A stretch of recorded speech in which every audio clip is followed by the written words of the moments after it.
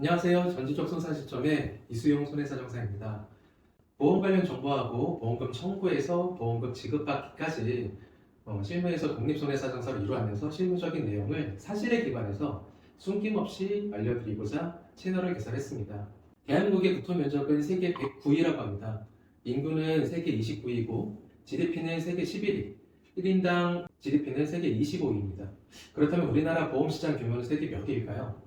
우리나라 전체 수입 보험료는 2024년 기준 약 254조 원을 예상하고 있습니다. 보험시장 규모로는 세계 7위로 정말 높은 순위를 기록하고 있는데요. 여기서 더 놀라운 사실은 국내 시장에 국한된 높은 가입률과 GDP 대비 높은 보험료를 기준으로 보이고 있다는 점입니다. 즉, 국제적으로는 보험의 질이나 인지도가 그다지 높지 않다는 말이겠죠. 과거 방영돼서 인기가 많았던, 저도 정말 재밌게 봤는데, 재벌집 막내 아들이라는 드라마에서 그 순양 그룹은 마지막까지 그렇게 금융산업에 진출하고 싶어 했습니다. 그 이유에서 알 수 있듯이 과거 금융산업 중 보험은 황금알을 낳는 시장으로 성장을 거듭해서 현재까지 이어졌습니다. 그런데 지금은 시장의 포화, 저출산, 고령화, 그리고 디지털 전환의 지연과 무엇보다도 보험 소비자의 보험 신뢰도는 세계 최하위권으로 보험사의 자기 손해사정으로 발생하는 불공정 손해사정과 보험료 산정의 불투명성, 불안전 판매, 과잉 설계, 리베이트 중심 영업 가능은 여전히 개선되지 않는 점 등으로 해마다 보험 관련 민원은 처리 기간이 수개월에서 분쟁 조정 기간은 1년이 넘어갈 정도로 폭증을 하고 있습니다. 최근 국내 보험 산업의 구조적인 위기는 MG손해보험과 KDB 생명의 매각 실패, 그리고 캐롯손해보험의 재무 건전성 악화로 하나손해보험에 흡수되는 것만 보더라도 단지 몇몇 기업의 문제가 아닌 보험산업의 전반의 취약성과 한계가 성장률 둔화시키는 구조적 과제로 고스란히 드러나지 않았나 생각을 합니다. 과거 대한민국에서는 모든 기업이 그토록 원했던 현금알을 낳는 보험산업이란 자동차 보험을 보더라도 내가 낸 보험료는 1년에 100만 원 정도 지출한다면 보험사고 발생 시 지급되는 보험금은 몇백만 원에서 많게는 수십억까지 지급되기도 합니다. 실제로 20대가 사망하면 자동차 약관상 지급 기준 방식으로 합의금은 6억 5천만 원 정도가 됩니다. 30대는 5억에서 6억 원 정도, 40대는 4억에서 5억 원 정도를 합의금으로 지급되는데, 그럼 보험사는 막대한 손해가 아닌가요? 아니면 막대한 손해를 본 것처럼 보이기만 하는 걸까요? 안보험도 마찬가지입니다.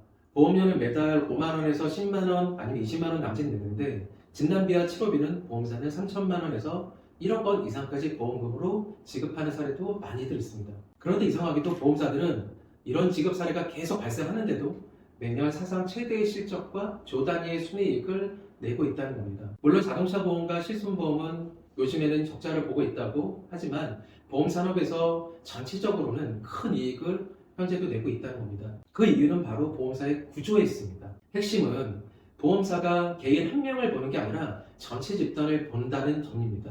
한 개인이 언제 사고를 당하고 언제 질병이 생기는지를 예측하기란 용한 유당이 아닌 이상 매우 알 수가 없습니다. 하지만 비슷한 조건의 사람이 수십만, 수백만, 수천만 명 단위로 모여서 그 표본 집단의 크기가 절대적으로 커진다면 통계적으로 사고, 사망, 질병 발생 건수들을 놀랄 정도로 정확하게 예측 가능하다는 점입니다. 이를 대수의 법칙이라고 하는데요. 보험사는 이 통계로 지급받는 보험료를 설계하고 지급할 보험금도 사전에 다 계산을 한다는 겁니다. 그래서 개인 단위에서는 보험사가 손해를 보는 사건이 생길 수는 있어도 1년 전체의 보험산업의 수입은 지급보다 커지도록 처음부터 구조가 세팅되어 있는 겁니다. 절대적으로 손해를 보지 않는 구조라는 거죠. 손해를 관리는 많은 사람들이 보험료를 내고 소수만 보상받는 구조가 보험인데, 보험의 기본 원리는 확률입니다.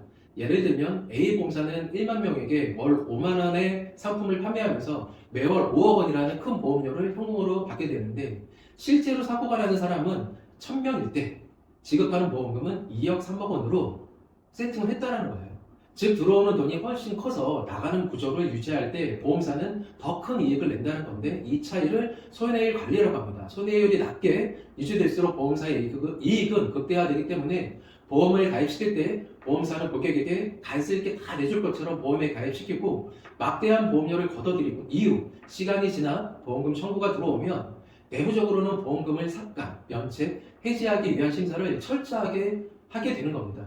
특히 3년 미만의 보험 가입은 안타깝지만 보험금 지급을 위한 심사가 아닌 보험금을 삭감하고 면책하고 그리고 해지하기 위한 심사를 하는 겁니다. 1,000만 명이 월 10만 원씩 보험료를 내면 매달 1조 원의 보험료가 현금이 들어오는데 보험사의 진짜 수익원은 단순히 보험 판매에서 이루어지는 게 아니라 그 보험료로 모인 거대한 자금을 투자 운용해서 만드는 수익이라는 점입니다. 보험은 고객이 먼저 돈을 내고 보험금 지급은 나중에 지급하는 구조인데 이 시간적 차이가 보험사에게는 엄청난 기회를 주게 됩니다. 보험사는 고객이 낸 보험료를 보험금으로 지급하기 전까지 장기간 투자의 복리로 수익을 불리고 있다는 거예요. 예를 들면 30살에 보험을 가입해서 수십 년 동안 보험료를 납부하고 보험금 지급은 통상적으로 50대 이후부터 80대까지 발생하는 경우가 많은데 이 긴 시간 동안 보험료는 단순히 그냥 쌓여있는 게 아니라 보험사는 채권, 주식, 부동산 등 다양한 자산에 투자해서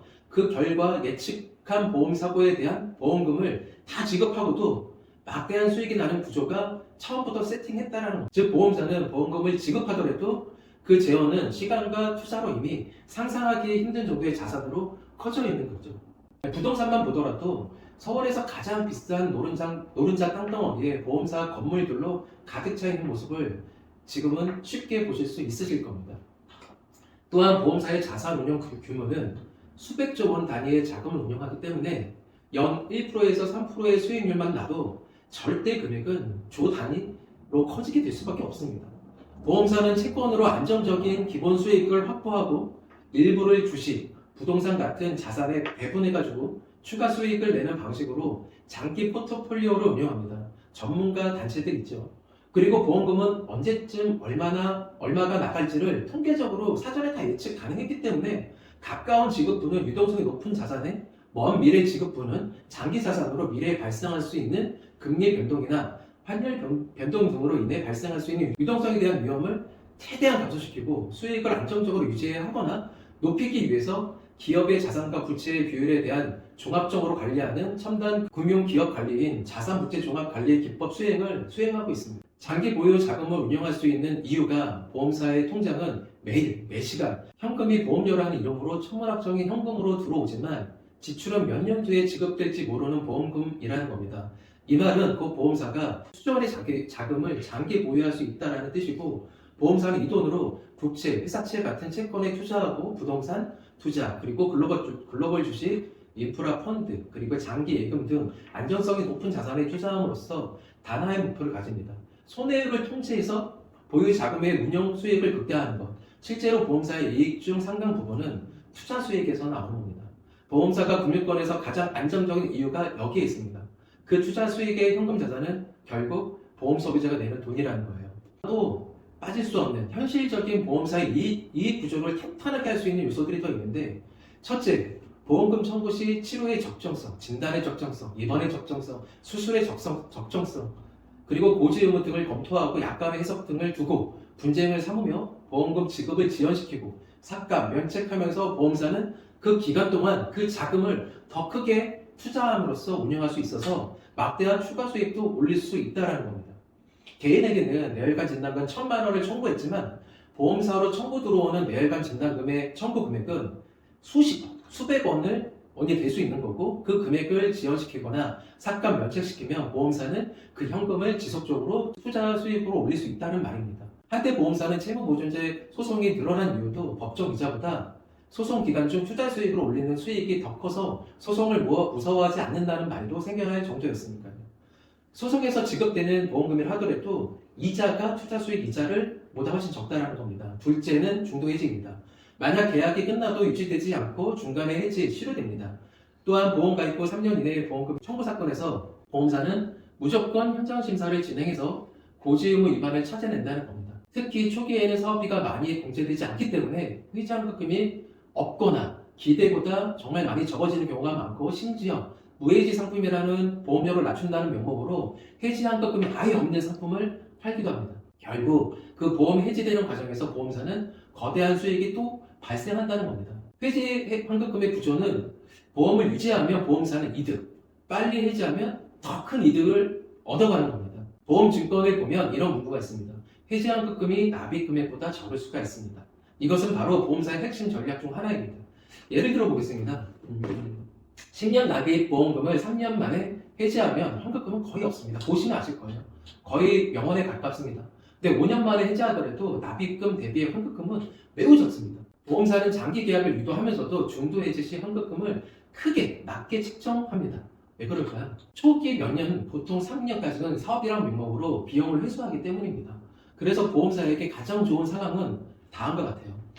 고객이 몇 년 동안 꾸준히 보험료를 납부하지만 오래 유지 못하도록 중도 해지를 유도하는 경우입니다. 이 경우 보험사는 거의 손해가 1도 없이 모든 수익을 큰 수익으로 가져가게 되는 겁니다. 의외로 보험 소비자는 보험을 중도 해지한 경우가 실무상 너무너무 많습니다.